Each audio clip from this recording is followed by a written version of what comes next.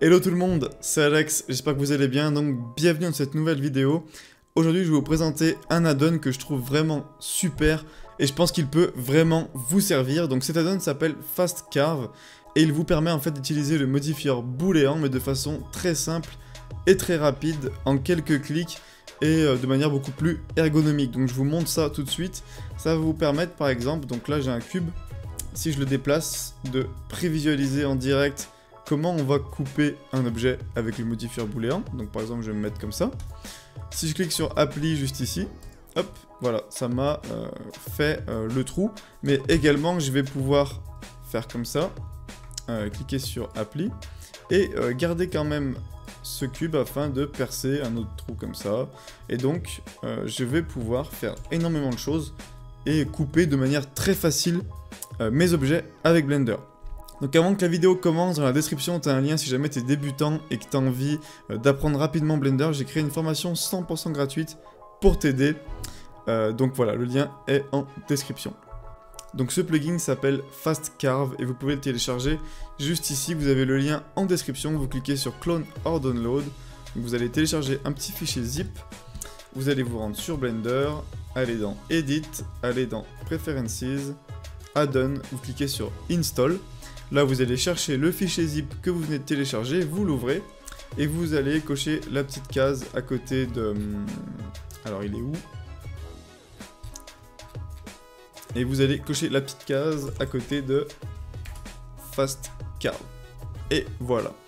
Ce que je vais faire, c'est que je vais créer un nouveau projet pour vous remontrer comment s'en servir. Donc quand vous installez le plugin, à droite, vous allez appuyer sur N pour faire apparaître ce petit menu. Et là, vous aurez un petit menu en plus qui s'appelle Fast Carve. Donc vous cliquez dessus. Donc, voilà tout ce que ça vous rajoute. Donc ce qu'on va faire, c'est qu'on va sélectionner notre cube et on va cliquer sur Selected as Target. Ça veut dire qu'on va le sélectionner comme étant la cible du modifieur booléen qu'on va appliquer. Ensuite, vous prenez un objet. Donc moi, je vais rajouter ici, par exemple, un cylindre. Voilà. Ce cylindre, ça va être l'objet qui va percer le trou. Donc ce que je vais faire, c'est que je vais me mettre sur le côté, appuyer sur R, 90 degrés. Je vais juste prendre cet outil afin de faire quelque chose à peu près comme ça, voilà. GX, on va se mettre comme ça. Donc là, ce qu'on va faire, c'est qu'on va décocher cette case, Apply Immediately. Et on va cliquer aussi sur Delete After Party, on va décocher la case. Ensuite, on va cliquer sur Différence. Donc là, l'objet est transparent, comme ça on le voit en mode de wireframe. Ce que je vais faire, c'est que je vais prendre des petites flèches ici et déplacer mon objet. Et je vais voir en direct le trou que je suis en train de percer. Donc c'est vraiment génial. Je vais appuyer sur G pour déplacer. Par exemple, faire juste ça si je veux.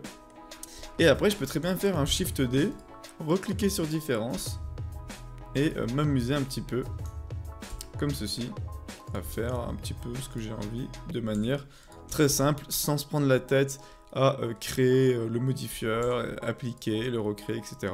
Donc on gagne vachement de temps. On peut faire la même chose avec Union, Slice, Intersect. Également, ici on a des paramètres qui sont plutôt pas mal, donc je vous fais une petite démo. Je vais ajouter un cube. Imaginons que je vais me servir de ce cube pour percer un trou, par exemple. Et bien ici, je vais pouvoir appliquer par exemple un bevel. Donc ça veut dire que ça va lisser les bords juste ici. Et je vais pouvoir choisir de combien je veux le lisser sur les côtés. On peut également clear, donc hop, ça remet tout à 0. On va également pouvoir utiliser le modifieur miroir ou même le modifieur array pour rajouter, voilà, comme on a envie. Donc on peut modifier notre objet en fait directement. Donc c'est plutôt super pratique. Donc voilà, j'espère que cette vidéo et ce plugin vous aura plu. Si jamais vous avez des questions ou vous n'arrivez pas à mettre en place ce plugin, n'hésitez pas à mettre un commentaire sous cette vidéo, je vous répondrai. À mettre un like si vous avez aimé, ça m'aide énormément pour faire grandir cette chaîne YouTube. Et à vous abonner si vous voulez plus de vidéos dans ce style. C'était Alex et je vous dis à la prochaine. Ciao!